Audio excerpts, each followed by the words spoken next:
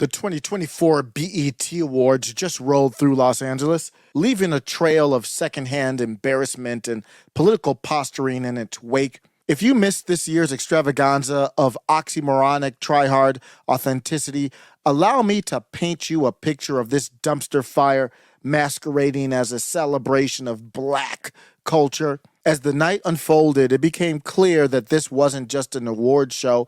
It was a political soapbox with a side of music. From impassioned pleas to awkward attempts at relevance, the evening was a whiplash-inducing pendulum of cringe, with a few surprising moments of clarity sprinkled in for good measure. In a move surprising to absolutely no one who's been paying attention, Killer Mike, fresh from his Grammy wins, brought some much-needed substance to the proceedings. And the Grammy goes to scientists and engineers, Killer Mike. News now at 11. Rapper Killer Mike won 3 Grammys tonight, including Best Rap Album. And then this happened. Water under the bridge for me. Yeah. I like to say all of my heroes have been in handcuffs. Malcolm, Martin, Mandela, Medgar. While others were busy with performative wokeness, Mike dropped some truth bombs about voting that had the audience momentarily forgetting to look bored. Who we vote for on the big stage is important, but it's more important you know who your city council person is, who your prosecutor is.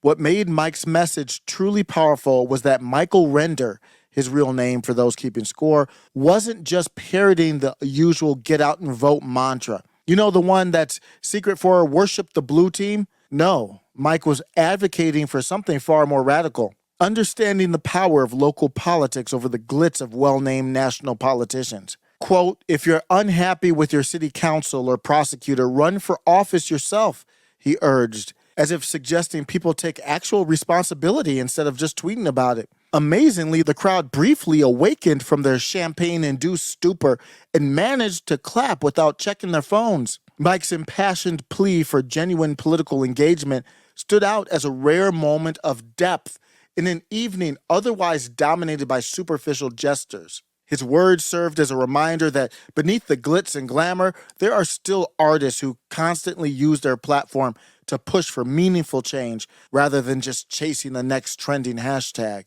The illustrious host, Taraji P. Henson, once again proved why she's Hollywood's go-to gal for defining black culture. Forget actual diversity of thought, Taraji's got it all figured out for the masses. They out here trying to take away Pride, Plan B, and Planned Parenthood, but protecting pistols, Henson quipped in a statement that could have been ripped straight from a politician's teleprompter. The audience nodded sagely, pretending they weren't more concerned about their after-party outfits than actual social issues. Taraji, ever the obedient queen of the silver screen, delivered her lines with the conviction of someone who knows exactly what to say to keep her black card intact. Apparently, the new commandments include celebrating pride parades, treating abortion like a sacrament, and believing that the only thing that stops a bad guy with a gun is a strongly worded tweet. Who knew Nancy Pelosi was the arbiter of black culture all along? In case you were wondering what woke means these days,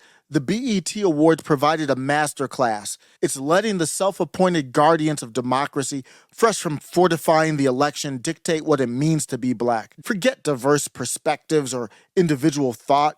Apparently, there's a pre-approved checklist of beliefs handed down from on high. And you ain't black. It's almost as if there's an unspoken competition to see who can stray furthest from traditional values while still claiming the moral high ground. But hey, who needs divine guidance when you've got a room full of millionaires in designer clothes backed by a shadowy cross-partisan alliance telling you what's right and wrong? It's clear that in the gospel according to BET, virtue is measured by how closely your beliefs align with the latest Hollywood hashtag campaign as approved by the powers that be. Just when you thought the night couldn't get any more surreal, enter Sexyy Redd, the poster child for cognitive dissonance. She kicked off with a Supremes-inspired performance that had people wondering if they had stumbled into a time warp when music actually had substance, only to pivot to a presidential-themed set that left everyone wishing they could stay in that bygone era. Looking like Mark Lamont Hill with a weave, Sexyy Redd embodied the night's struggle between celebrating Black cultural heritage and clumsily belly-flopping into contentious current affairs. Her past support for Trump, citing stimulus checks and getting Black people out of prison, raises the question, is this the political endorsement equivalent of getting a face tattoo while drunk? Considering her lifestyle choices, which include posting videos from convicted felons, starring in airport brawls, and doling out life advice to young Black girls that would make guidance counselors weep, Sexyy Redd has become an unexpected, disgusting, immoral compass. If she disapproves of your life choices, you're probably on the fast track to sainthood. The entire night felt like a game of how many political references can we cram in before people start throwing chairs? From Biden's attempts to court Black voters, Kamala Harris speaking Ebonics, that's what's gonna do it. Yeah, girl, I'm out here in these streets. They're as smooth as sandpaper as always. There's a full-on attack on our fundamental freedoms. The freedom to vote. Yep.